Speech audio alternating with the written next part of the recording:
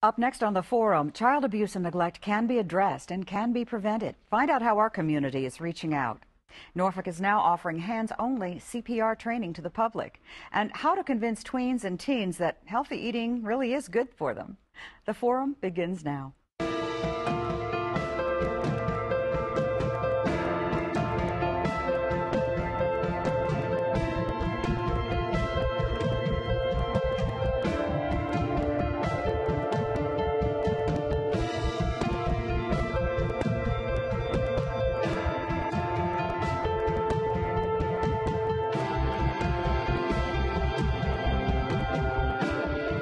Thousands of children in Virginia suffer abuse and neglect every year. Last year, 10,000 cases were reported in Hampton Roads alone.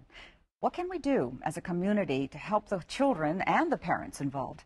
Please welcome Pam Wong with Human Services Early Prevention Unit, Heather Watkins with the UP Center, and James White, who is on the board of directors for Champions for Children, which is a child advocacy organization.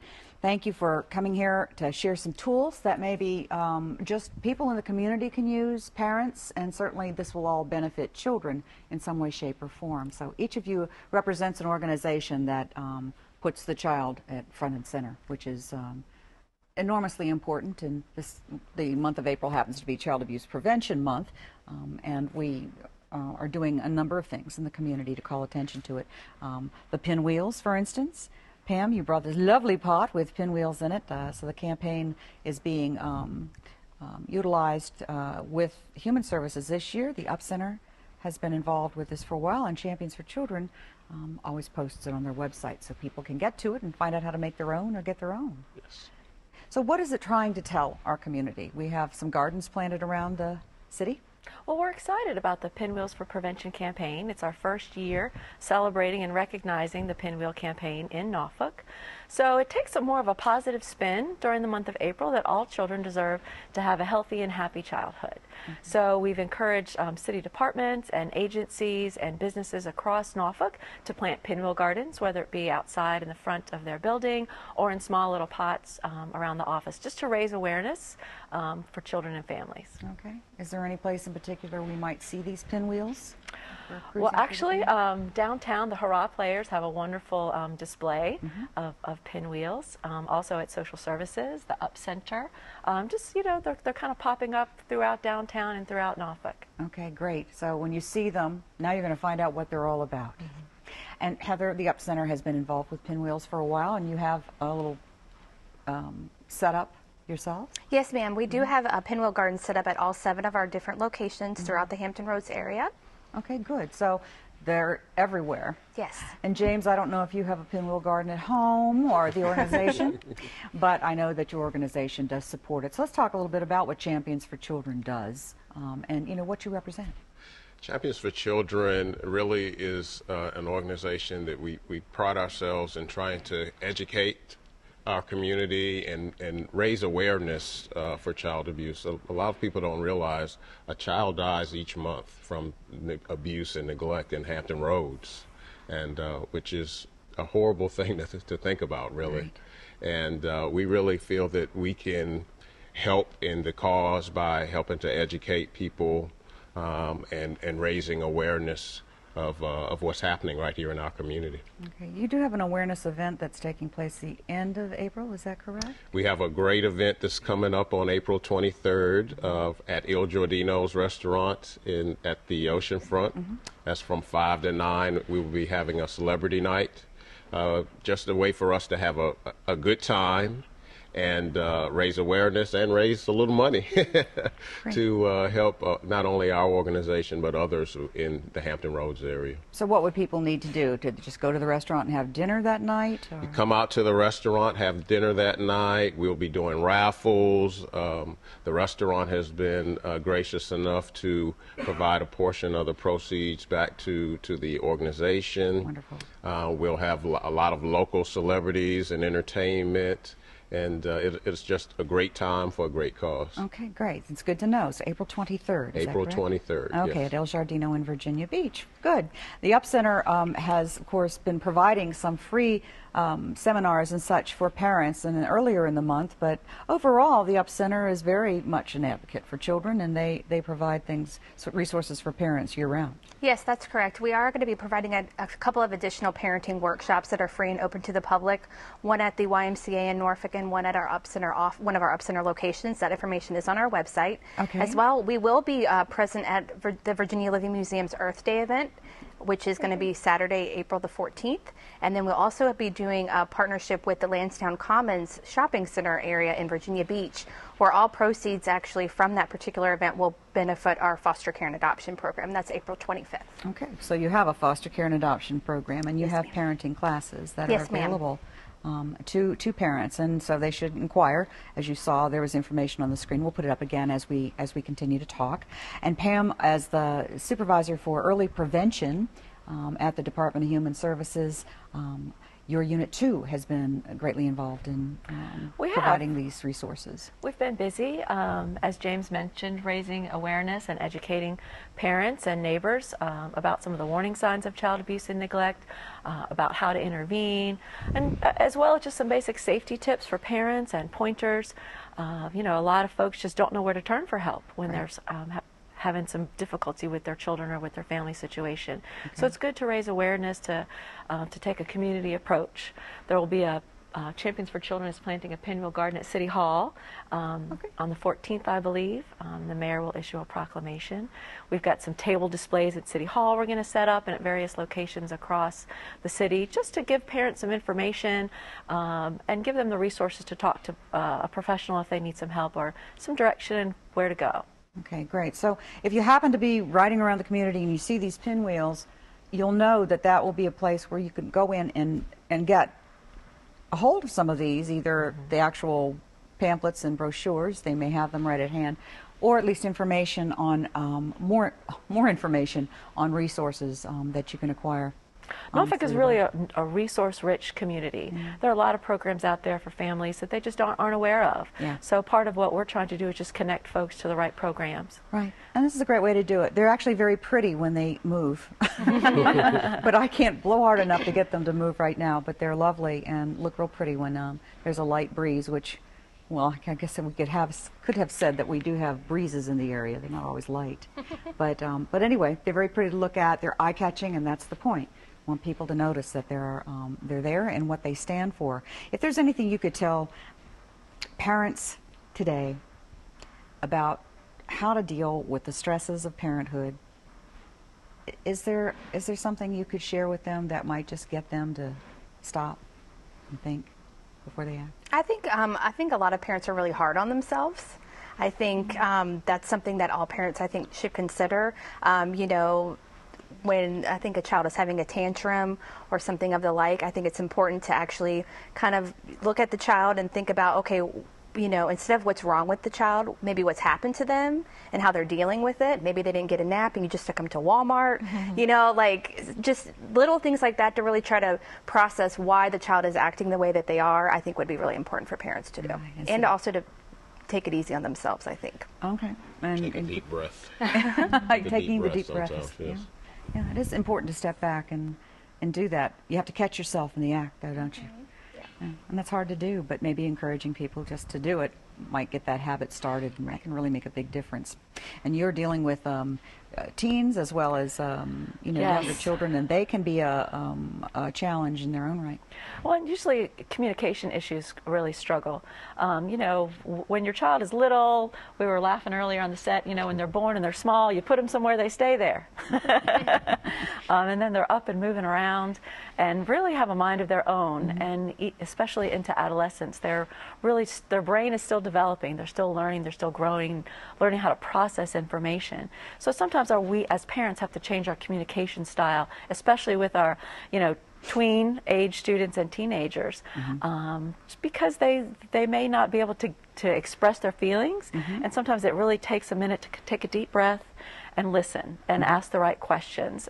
We have a tendency, I think, to lecture and tell them what to do, and we really need to give them the opportunity to problem solve and to think about and to make good choices and to be able to solve problems, as opposed to just telling them what we think they need to do. So a lot of that is listening with them and trying to get on the same page to relate to them so that we can have some honest dialogue and some real conversation. Okay. Well, good, and that makes very good listening adults, and that's of course what we all strive for, is to make sure that they are productive and good in the community. So I'm sorry we're running out of time, but I really want to express my gratitude for you coming on and sharing the messages that you do have. It's so important, and we'll see you again next year, I'm sure. Thank you It for comes having around me. again, or sooner.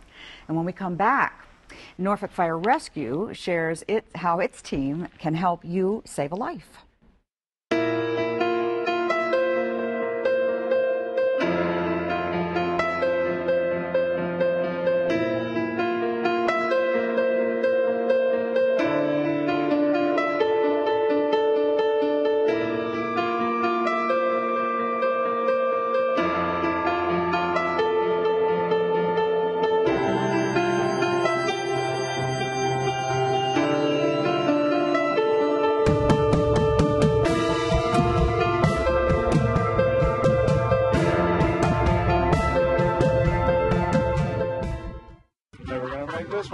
You know that investment seminar I went to? The guy called me back. Said he had a hot stock. I got to get in now. Not again. Did you ask if that stock was registered? Or if the guy was licensed? Easy, fellas. This time I checked SaveAndInvest.org. Turns out he's a phony, and so is his stock. Join today's smarter investors. Go to saveandinvest.org for tools and information that every investor should use before they invest. Did you learn how to putt on that site too?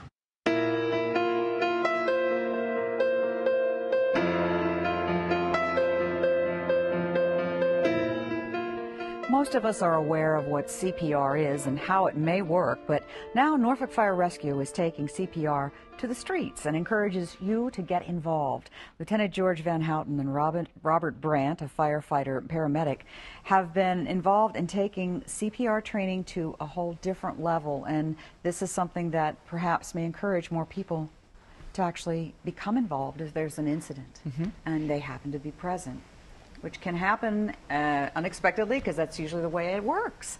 So it's got a name. Why don't we start with Lieutenant Van Houten? It's a catchy. Yeah, we have it's a hands-only CPR. We have it out there. It's in partnership with American Heart Association, or AHA, and we're also in partnership with EVMS and the doctors there. And what we're doing is we're bringing out this hands-only CPR. It's a new program that was introduced a couple years ago by AHA, and we're taking it out there because it's a lot more. It's a lot better for people to be able to do that. There was some. In the past, there's been some issues with people wondering about doing the mouth-to-mouth, etc. So they've removed that, and the studies have shown that the actual compressions are what's important. And so by doing this class, we offer it through the Norfolk Impact Cares hotline. But if by doing this class, it's about 45 minutes, and we teach you what you need to do if something happens in front of you. Okay. And when something happens in front of you, it's nice to know that there is something you can do, and to be able to give people that presence of mind is important, and that's what this training does. Sure. So Sure. what's involved? Is there equipment involved in this? There is. We actually, state legislation was passed that started to mandate high schoolers to learn CPR before they graduated. Starting with the 9th grade class in 2016, 2017, it'll be a requirement through health education that they know CPR before they graduate. So what a great investment for the future. Yes. Right now, active in 21 states in the U.S. Hopefully all of them will get on board eventually. But right now only 21 are actively involved in it. You know, with over 300,000 cases of sudden cardiac arrest that can happen at any time and doesn't discriminate, young, old, kids, it happens to everybody. It can happen anywhere. Anywhere, absolutely.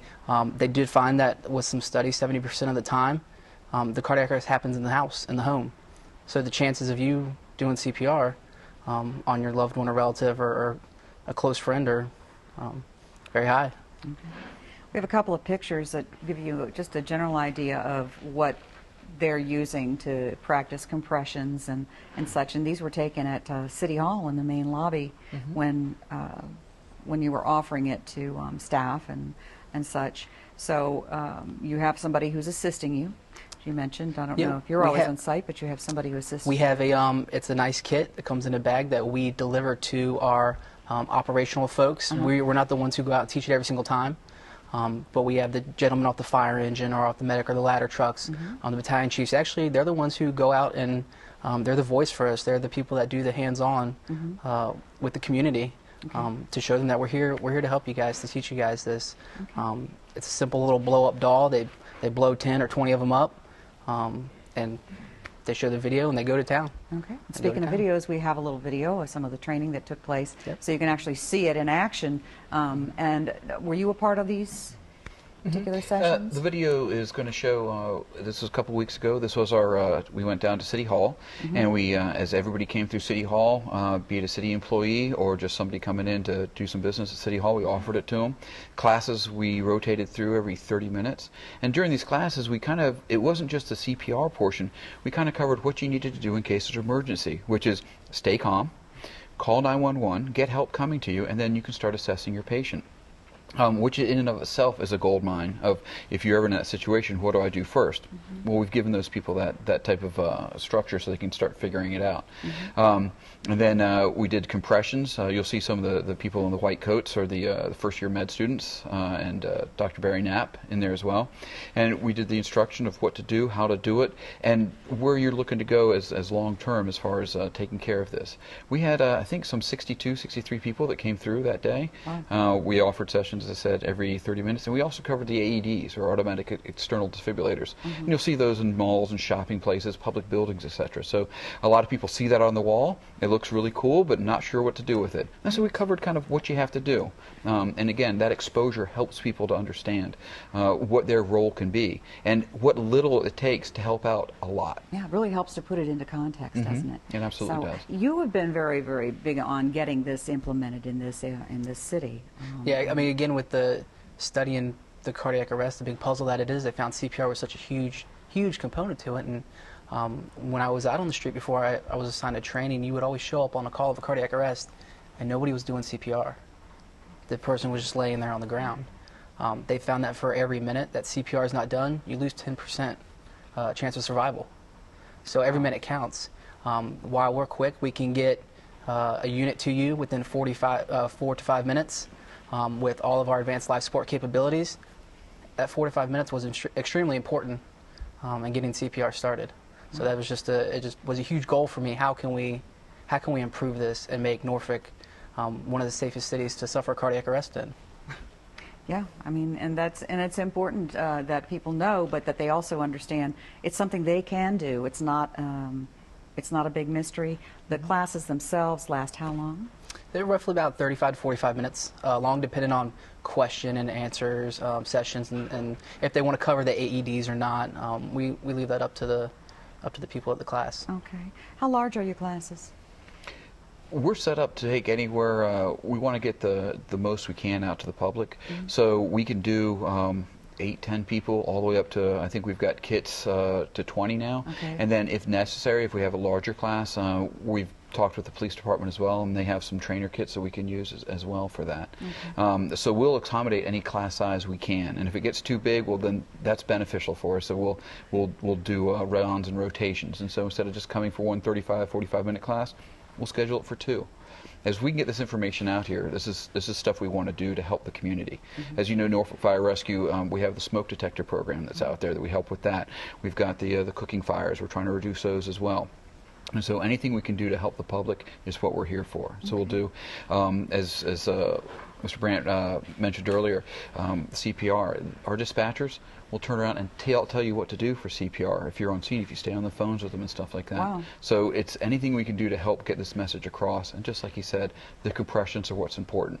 You're doing those, you're saving lives. Okay. And just quickly, you had an incident that occurred after one of your City Hall trainings with somebody who was able to utilize this. We did. It was the deputy. It was a deputy city attorney. Deputy city attorney was out shopping at a grocery store, and just in front of her, somebody collapsed and fell to the ground. She had just had the training the day before. She walked up, She said, I was armed with what I should do. She checked the patient out, rolled them over. She told someone to go call 911.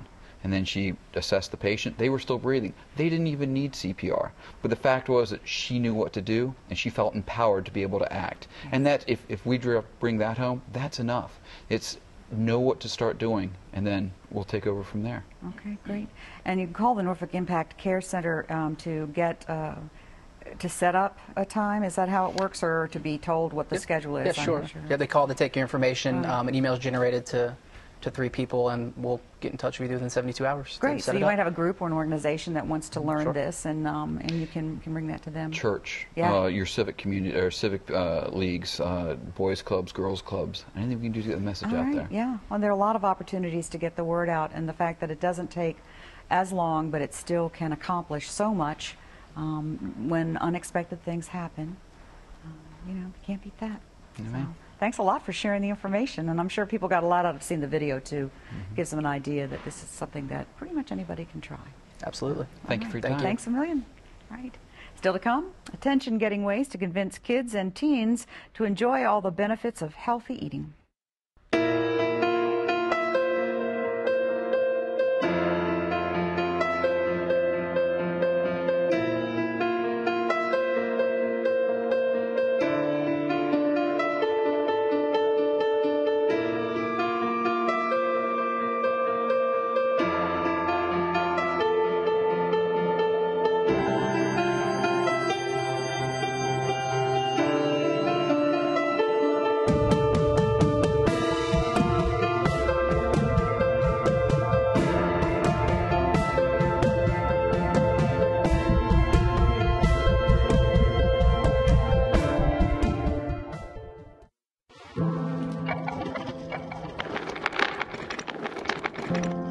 Maybe he's really focused. Hey, Michael. Michael. Maybe he likes spinning the wheels. Maybe he just loves trucks. Maybe he's just being a boy.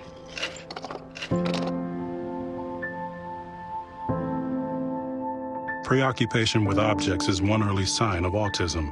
Learn the others today. The sooner it's diagnosed, the better. How do you convince kids that certain foods are good for them, even if they may not agree with you? Enter the Virginia Nutrition Program, which offers some creative solutions to convince picky eaters what's good for them, whether they like it or not. Vincent Falzone is a 4-H Family Nutrition Program Assistant with the Virginia Cooperative Extension. And every year you have some kind of an event going on, and I know that there's one coming up. But before we get there, let's just at least lay the groundwork for what the Virginia Nutrition Program provides and what it is. Yes, the Virginia Family Nutrition Program, it basically is a nutrition program that targets limited resources families. Okay. But my particular job is to work with those youth that are from kindergarten through 12th grade and teach them basically the foundations of how to eat healthy, what types of foods you should eat, incorporating physical activity. Okay, so it's just kind of a holistic approach to getting these kids to be healthy and lead healthy lives. Now, you put them in kitchens sometimes, because we do have some photographs, I think, of some of the kids that have been involved in some of these activities in the past. And they are various ages, so something must be working right, because they look pretty happy. And they look engrossed in what they're doing. Yes, our theory of teaching is non-lecture driven. It's more hands-on. So in 4-H we have a motto of learning by doing. Okay, and they are definitely doing. There's some kids holding up, looks like pie charts. Yes, that's not my plate. That's my plate from USDA. And they make pizzas, they make different things, and my plate is basically the same thing as the Food Guide Pyramid. It tells you about each food group. Okay, but in a way that's appealing to kids and very easy to take in. You can also have, if you have a group or somebody that's interested in participating in something, can they contact you? Or they have actually an 888 number that you can contact for people. So there is a way for people to find out more and get involved in a program. Correct. We do work with schools, rec centers, and churches, with youth. We also service adults and seniors. They can contact our offices, any one of our offices. We have about 112 offices in Virginia. But our office locally in Norfolk, our number is 757-683-8255. 683-2816. Okay. 683-2816, Yes. the local number. All right. Or, as we showed you, a toll-free number, but Yes. the local one sometimes gets you to somebody quicker. So that's great. So there's, there's certainly a way that people can take some action.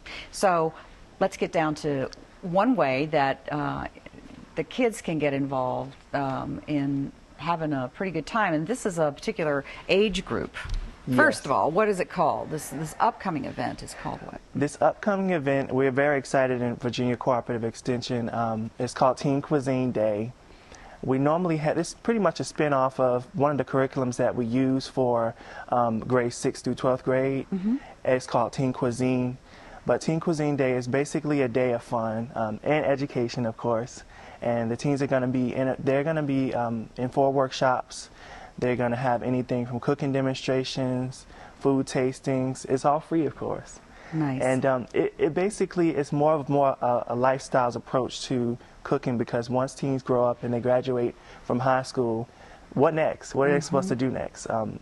It talks to them about food safety, how to use a knife, the proper temperature to cook foods, hand washing, measurements. It talks to them about a whole bunch of things. Really practical stuff. Practical things that we need to know. Kind of the home ec in a day approach, huh? Yeah, home ec in a day. That's a good one, a good analogy. But it's really good. They really take what they've learned and try to, bring it to the family, like a recipe. How did I read a recipe? Did I skip anything on the recipe? Wow, stuff that I guess if you do it already, you just don't think, my gosh, there was a time when I didn't know. But this brings a bunch of kids in an age group, a similar age group all together to work as teams or as individuals? I want to try to split them up a little bit so they can kind of mingle, they can get to meet new friends.